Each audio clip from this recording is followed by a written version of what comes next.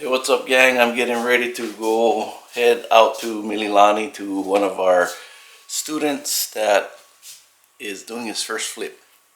Clint came on as a HUI Mastermind student. He's been, doing all the work and finally got his first deal in Mililani. It's an apartment and I'm super excited to showcase his deal. We see you guys there. Aloha. Yo!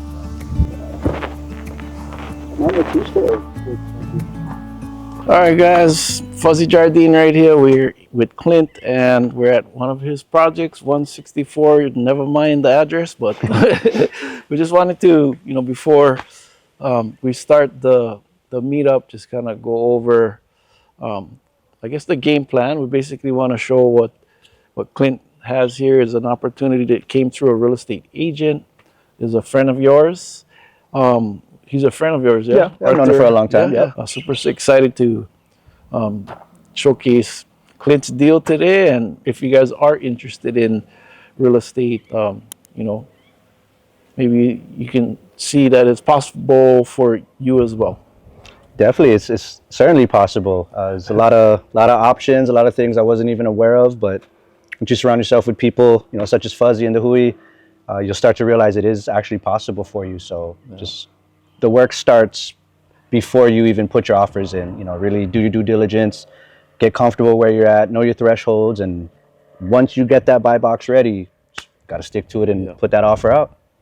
Right on. So as far as this deal, like, is this what is it, like a fix and flip? You're gonna buy and hold it, and then how did you get the funding to do this deal? The goal, at least the goal, would always be able to buy and hold. Keep those assets under you and long-term wealth, generational wealth. But for this one, where I'm at in the game, it's a fix and flip. Right on. We're able to utilize hard money lending, which I learned through the HUI. Just again, knowing things that's not accessible through traditional banking, that's even available to people that I thought it was out of my reach. Relying on the private money side, and like they always talk about, just letting people know what you do, so that way they can take interest in it, and it'll just organically spread from there if you're doing it, with a moral compass the right way. Right. Yeah. So I mean, as far as your first deal right here, I mean, was it tough finding the funding, or was it easy because you brought the deal to the table already? It was bittersweet. Always find the deals, right? Money will come. Like, build it, they will come. Wayne's World. Right. So yes and no. Like, I was able to get half rather quickly, which motivated me, thinking the second half would be easy, but that's where you don't plan. Like, we came down to the last physical day possible of the contract, but we made it happen. Right on. Go through your call logs. Yep. Yeah, and call them all. One thing, like, everybody think you do have to have the money up front first. Sometimes yes, and other times no, because if the deal is sweet enough, and when you present the deal to people that have funding, and they know that their money is secured, and that you build a relationship with them, and then they know you're going to pay them back, right? Money will come. So excited to have today's meetup, and we look forward for you guys to, of course, check out the place. And if you guys like what you see, in order for us to make more videos like this, you guys got to please subscribe, because I know you're watching, but you never subscribed yet. So subscribe. Like and subscribe. Like and subscribe, and share this videos. So let's go take a look on the inside. Aloha. Let's get it. That was like the first thing we did. All right, everybody. Welcome to Brother Clint's deal over here. So guys, my name is Clint. Good to see some faces in person. If you guys didn't catch the thing we talked about a few weeks ago, Arthur was really the one that presented me with this opportunity. Was it like your Monday call or your Monday meeting you guys had at the start of your week? So it was like, then, because I've been talking with him for a minute, telling him what I'm looking for, what my buy box was, where I realistically want to land. So he's always kind of had an ear out.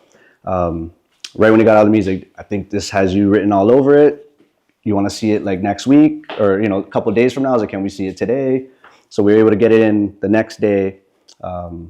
Liked it. He was really good friends with the selling agent, so that helped. Just kind of knowing what they were motivated to sell. Like, they really wanted to get out. This was a bad situation for them. Like you always hear, most people usually sell there's a lot of negative things that go with it, so it's kind of sensitive. And I'm glad that she shared that with us, because now we knew what their motives were. They just wanted to get out. So that's where Kat came in. She was super critical at being able to confidently say we can close it quickly. So we put their offer in like the next day, Wednesday. I believe they accepted it by Thursday, and it was set to go on market that Friday. So we were able to get in on a nice off market, and fortunately they accepted. They wanted 480. So we just kind of thought, let's give them a little extra to sweeten the deal. We came in at 490. Pretty much on Friday, confident they're going to get way more than that. So we just kind of wanted to show that we're serious as well. We appreciate them. So we came in at 490 and they accepted. Then that rest of the funding section, that's where having that available ahead of time, if all possible, if you're in that situation, get that secured as quickly as you can, get it in your account. Because at least with hard money, like they said, it doesn't have to mature in your account. As long as it's in your account, you have it, you can make it happen a lot quicker. So I didn't have to go the whole 30 days. We probably could have closed it in 15, 21 days, but that kind of was on me not being fully ready to go. But good thing Arthur and his team and Kat really stalled them off, and we were able to kind of close it under that 30-day window. And yeah, here we are. So got in. Things don't always go according to plan, but we were weighing it out. What do we do? Do we just want to get it, quick flip it, don't even do any work to it, just sell it as is, make the same profit, hopefully, without doing the work? But I guess for me in this is more like, wanted to go through it, like I said, process more than profits. I just want to go through opening up a wall and seeing what that looks like. And that was the first thing we did. It had a weird wall right here, like a deli style counter. So just blow it out. And that's where we're in the middle of the process right now. What is the end number, like the ARVF, on this one? Around 6, I guess units in this area, they hold. A lot of people hold, and there's not a lot of competition, I guess, on this side. That's pretty good. Especially with the townhomes being down right now, supposedly, right? So the comps is about 6, you guys, that's sold recently or sold? Yes. Wow. Yeah. That's a good spread, guys, because you bought it at 490. And what is your all-in budget you thinking as far as the renovation cost? Just trying to keep it under 30. Yeah. Like try to do as minimal work as possible. Like the flooring, there's backup flooring in here. Okay. But yeah, there's like some bust up sections, but I don't know, might redo it. But yeah, try to keep it under 30. Like I said, a lot of it, we're really trying to do sweat equity, and that's why we're trying to hopefully keep it under that amount. Yeah. But yeah, if you're doing most of the sweat equity yourself, you're going to be able to save money. So you have a contractor on this project or no? Yeah, got a guy. Yeah. It's our buddy. So Okay. we got an arrangement kind of figured out. Yeah. But yeah, I was telling all the plumbing, electrical, they're gonna be certified guys. Like Right. Yeah, License. I'm not gonna YouTube it. Okay. Yeah, you can do anything these days. Yeah, man. but it's okay. You really can. YouTube You certified. can make it happen and it's done correctly, We used to give patches at the mechanic shop, guys that, let's learn them on YouTube. It's like the ASC YouTube certified, but Yeah. What's the timeline? Do you think this will be finished? well, what we're looking at now is hopefully getting it complete in the next 2 to 3 weeks. Like final, ready to go. Yeah, that's the plan. I was hoping to be way ahead now, because I said right when we came in, I said the fun part, swinging hammers, taking out walls, doing all. Now it's like, oh shit, we got to put it back together now. Yeah. It's like, yeah. So contractor situations, you always hear those. You come in with a plan, things change, life happens. So, but yeah, we got everyone back, so we're about to hit the switch probably like as soon as next week. Hopefully, is the plan. Yeah. So when you first got this, I guess, project, so from the start date till now, like how long was that?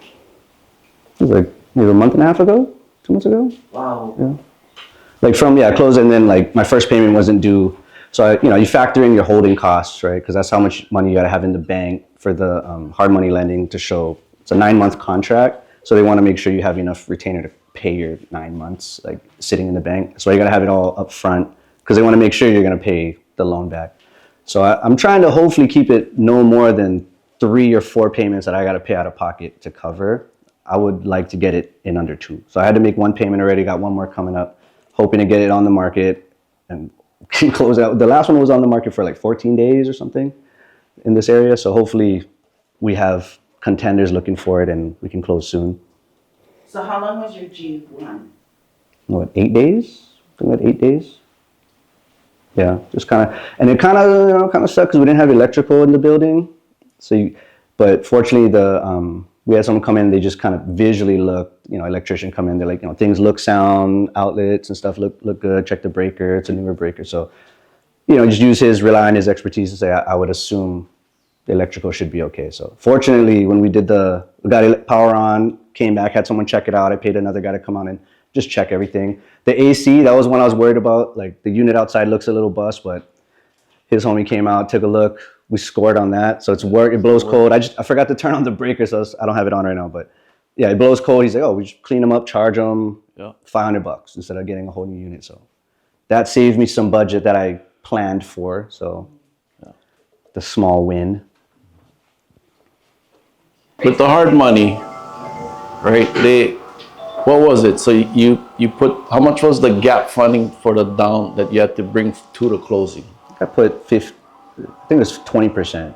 Okay. 15 to 20%. I forgot which one. I think it was 15% maybe. So just for simple math, 100K, he had to bring 20 grand to the table, and the hard money would bring the rest to the closing table to purchase the place. Just for simple math now. He bought them for 490, but for simple math. Total's 100 grand to purchase. His down was 20, so he had to bring up 20K. I don't know if he had his own or he had private money.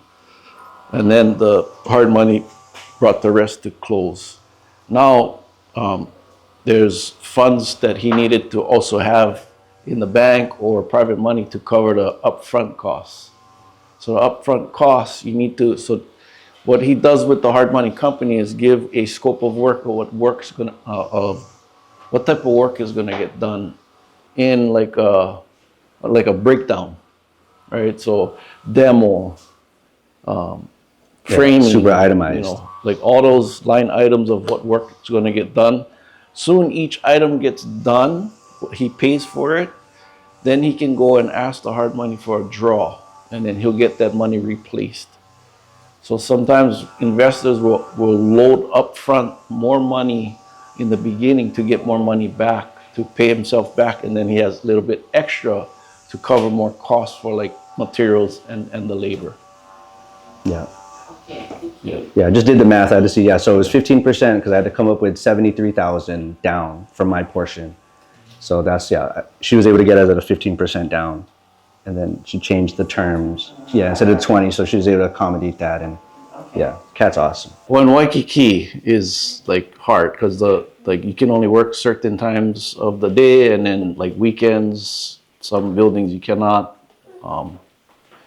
So yeah, HOA sometimes can be hard, and then sometimes, you get popcorn ceilings in these buildings and you want to remove them. So sometimes you got to hire an abatement company and not do it yourself, Mm-hmm. There's some people that did it themselves, had like a $10,000 fine, I know one of my friends that just went and did it. It's like, oh, I have to pay 10 grand. So you got to just ask, when you do find opportunities like this, ask the realtor, or, prior to buying, anything that has HOA or, is in a condominium unit or apartment, find out what the rules are first, because that could also hold you back.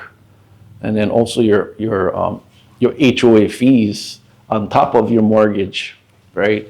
Just remember that too, because that every month you got to pay that. Yeah. So, and then the time frame of what gonna do the renovation. So these type of units is pretty small, so it can be done quickly. Just got to have everybody here and make sure that everybody's on it, behind each other. Any of you guys need help, or any questions, or you guys need any help? Because the thing with as a real estate investor, in order to keep get the train going, you got to have opportunities, right? How many of you every week, what is the time you put in on the side for looking at opportunities. Who's bringing you the opportunities? Is it realtors? Is it other investors, wholesalers? One way, like we always say, is you can always build relationships with a bunch of realtors. Every week you can go out and talk to realtors, because the more realtors are out there, know what you're looking for, a deal pops up in their, and their somebody calls, or somebody they know that might get a pocket listing, because this was a pocket listing, or was, Yep. yeah. So a lot of agents bring pocket listings to investors. So that's another way you guys can look for opportunities. Like for me, I'm all brand new builds on the Big Island. I have a campaign with Jade of, okay, this neighborhood, I want to buy it at this price. This neighborhood, I want to buy it at this price. And then every day I have emails coming from her, and then I just say, okay, put in the offer, put in the offer, put in the offer, put in. And when they get accepted, I'm like, okay, I'll go check out the property. Go look at it, okay, make the decision if I'm gonna pull the trigger. But that's how, if in order to get a deal, you gotta take action on putting in offers, or finding, people that can bring you an opportunity, right? And as a HUI, like what you guys can do is bring that opportunity. If you're scared or whatever, you don't know what you're doing, just like, hey, if this might be an opportunity, bring them to the community. There's a Tuesday call, you guys can run the numbers together, to make it easier. We all know, like, life hits us, and, we want to focus on, what's most important, of course, is family. For those that have done this before, do you think that this is an easy, medium, or difficult? Well, depending on you, but it's I don't know. So I'm just trying to get a Good gauge. question. It's subjective. That's subjective. For me, this was like my threshold, right? It's like, okay, Oh, budget-wise, the scope of work, like smaller unit, like I was looking at studios, just to get my feet wet, but this was like my So, threshold where I'm like, good. to me, this would be easy, right? Way easy, but it might be different for anybody else, just depending on you and your team, right? So what I do is look at what other properties sold first, right? Before, and then I look at what their finishes and just do the same thing. Just copy what they're doing. And then, Yeah. putting an accent wall or whatever to put in your own touches, to be a little bit different. But, all you're doing is just looking at what's sold and just basically mimicking or copying exactly what they did. Because if they sold for 6 and you make them look like that one, good possibility that you could sell yours for 6. All right, we just had an awesome meetup today. We had a bunch of people. A lot of our HUI Mastermind students showed up that were brand new and excited to see, what Clint's doing here. I mean, this is a beautiful place. And it was awesome for, people that came to be able to ask their questions, because, when you're new, you have a whole ton of questions. And, what do you think of today's meetup? Even if you're not new, you still got a lot of questions. Yeah. Like today's meetup was awesome. Yeah, just the energy and surrounding yourself with people that common goals, common interests, and you can learn. Just standing in a room with people that's been there, done it. So just trying to get my feet wet and continue on learning. Yeah, so we look forward to, the finish line, or, even during this process of you fixing this place up, and then also, putting it on the market. Super stoked for your first deal. As always, thank you. And, my suggestion is keep pushing all the way to the finish line. We know you're going to have hurdles throughout any type of project, but I'm stoked for you, man. Appreciate it. It's not how you start, it's how we finish. Yeah, So let's go. We see you guys on the next one. Aloha.